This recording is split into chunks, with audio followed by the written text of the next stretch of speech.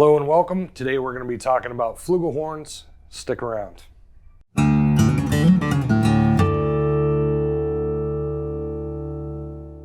Hi, I'm Jason at Alamo Music Center. Please like and subscribe and visit us at alamomusic.com. Today we're going to be talking about the YFH-631G. It's not quite the top line of the Yamaha flugelhorns, which are kind of the Wayne Bergeron line of flugelhorns, but this is a professional level flugelhorn. You can kind of tell by the third valve trigger. That's kind of the tell if you're looking at a professional model or an intermediate model. This is a really, first of all, I mean, flugelhorns are just cool to look at. They're just really beautiful looking instruments. And this instrument is really, really nice to play. We'll talk about some different uses of it. I think most people think about flugelhorns primarily as a solo instrument in a jazz ensemble or even a wind ensemble. But kind of what I'd like to throw out to you band director types is actually utilizing these instruments inside of your marching brass ensemble. For a number of years, I taught drum corps when I was with the Crossmen. We actually had a section of flugelhorns. We had 24 trumpets and 8 flugelhorns along with the mellophones and whatnot. But I really, really fell in love with the sound that the flugelhorn would make, not necessarily the raw brass sound, but the overtones that would generate from it and the stability it gave to the rest of the brass section.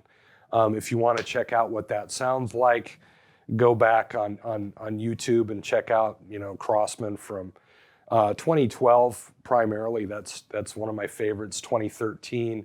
But you can see how we utilized this voice in an ensemble situation as opposed to just using it as a solo instrument.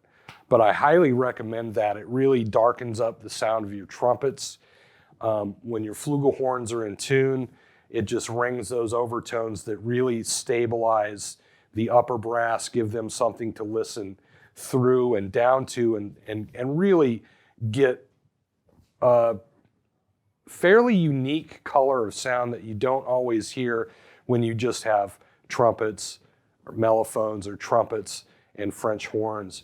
It kind of adds that bridge between the upper and middle brass, kind of the way you would use a euphonium, where primarily, like if you're writing for a wind ensemble, you use euphonium as a solo instrument, but it's really underutilized as an instrument that mixes voices. Any of you folks out there who've played something like Festive Overture, the Donald Hunsberger transcription, the way that he uses the euphoniums there to blend the woodwind voices in some of the more ornate passages. Any euphoniums out there who've had to tackle that beast, you know what I'm talking about.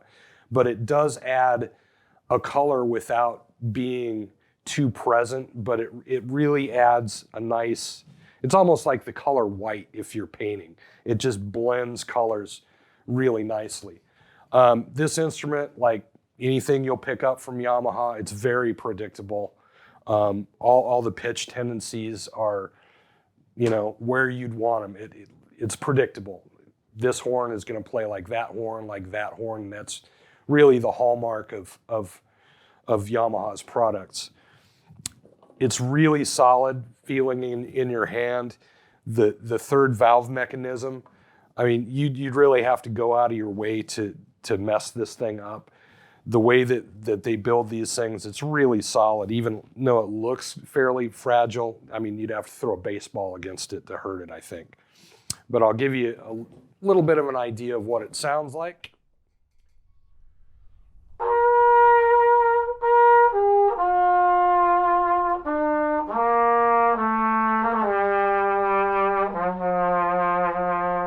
Yeah, my low range needs some work. But you can hear the flugelhorn sound is such a pretty sound.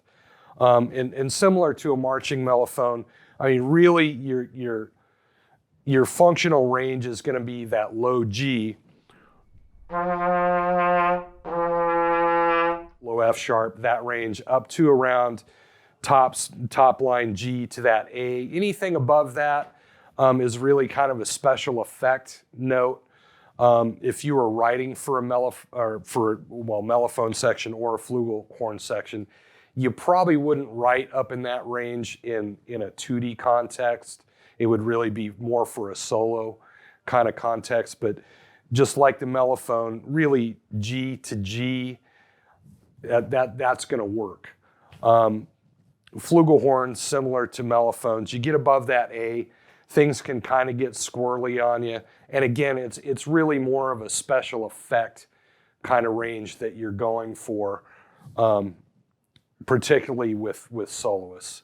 I wouldn't recommend writing like a high A or a high B on it if you're blending it with a trumpet section.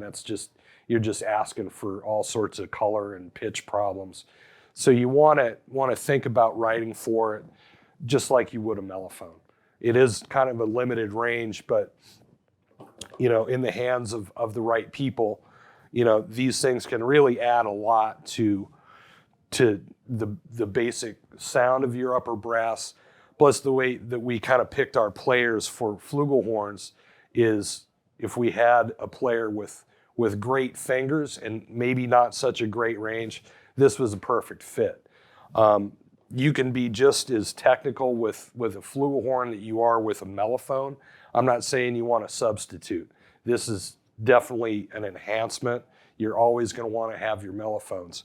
But if you want to get kind of a darker sound with your trumpets and maybe a more blended sound through the mellophones, I highly recommend getting yourself 6, 8 of these things. They're reasonably priced. You're not going to be breaking the bank.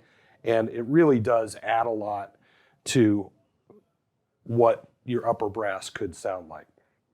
So let's take a listen to this thing playing a nice little free, royalty-free melody.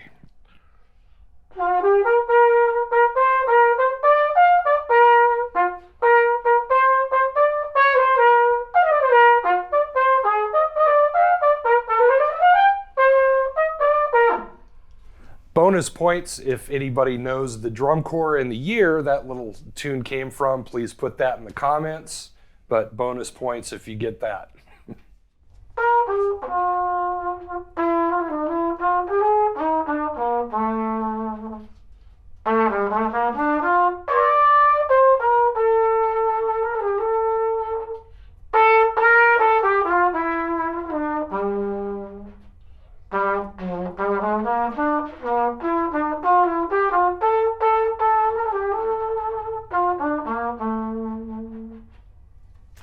Thanks for joining us and participating in our little discussion on uses of the flugelhorn, not just a solo instrument, but think about it as an ensemble instrument too.